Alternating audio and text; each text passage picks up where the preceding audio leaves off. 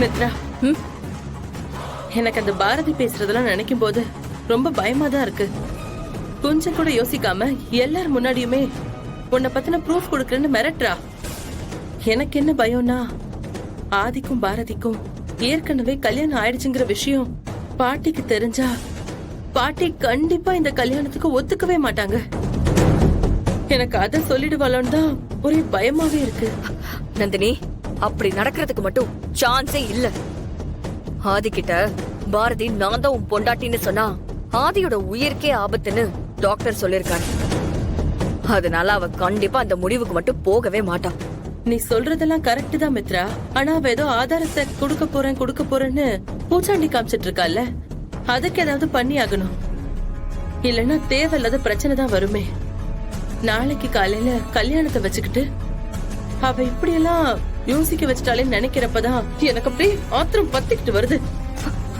மித்ரா, அந்த பாரதி பேசுனதை நினைச்சு நீ தயவு செஞ்சு டென்ஷன் ஆகாத. அவ சும்மா எந்த ஆதாரமும் இல்லாம நம்மள மிரட்டி பாக்குறா. நம்ம கிட்ட எதையோ போட்டு வாங்க பாக்குறா. அண்ணா, அந்த பாரதி ரொம்ப ஆட்டம் போட்டுக்கிட்டு இருக்கா.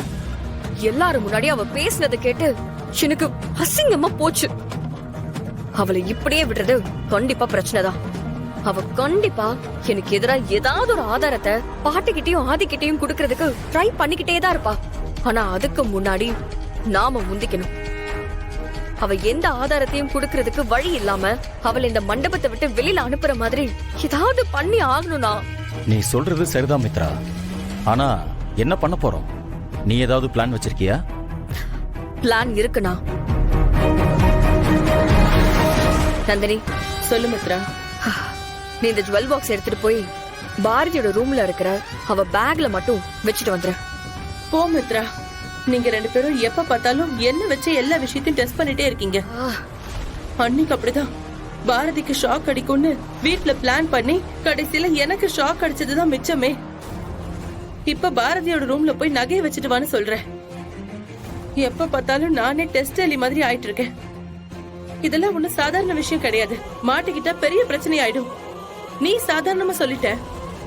நீ சொல்றது கேட்டு எனக்கு மயக்கமே வருது. எனக்கு ரொம்ப பயமா இருக்கு. என்னால முடியாது. நந்தினி, உன் பயம் எனக்கு புரியுது. அந்த பாரதி பேசினதெல்லாம் கேட்டல, அவளை ஏதாவது பண்ணியே ஆகணும். இப்போதைக்கு மித்ரா சொன்ன இந்த பிளான பண்ணாதான் கரெக்டா ஏதாவது ஒர்க் அவுட் ஆகும். இந்த ஒரு தடவை மட்டும் இந்த கல்யாணம் நடக்கிறதுக்காக இந்த ஹெல்ப்பை கொஞ்சம் பண்ணி கொடு நந்தினி. நீங்க என்ன சொன்னாலுமே எனக்கு பயமா தான் இருக்கு. ஏதாவது பிரச்சனை ஆயிடுச்சுன்னா அதுக்கப்புறம் பாட்டி என்ன உண்டு இல்லன்னு பண்ணிடுவாங்க. நந்தினி, நீ நினைக்கிற மாதிரி எல்லாம் நடக்கிறதுக்கு வாய்ப்பே இல்ல. எந்த பிரச்சனையும்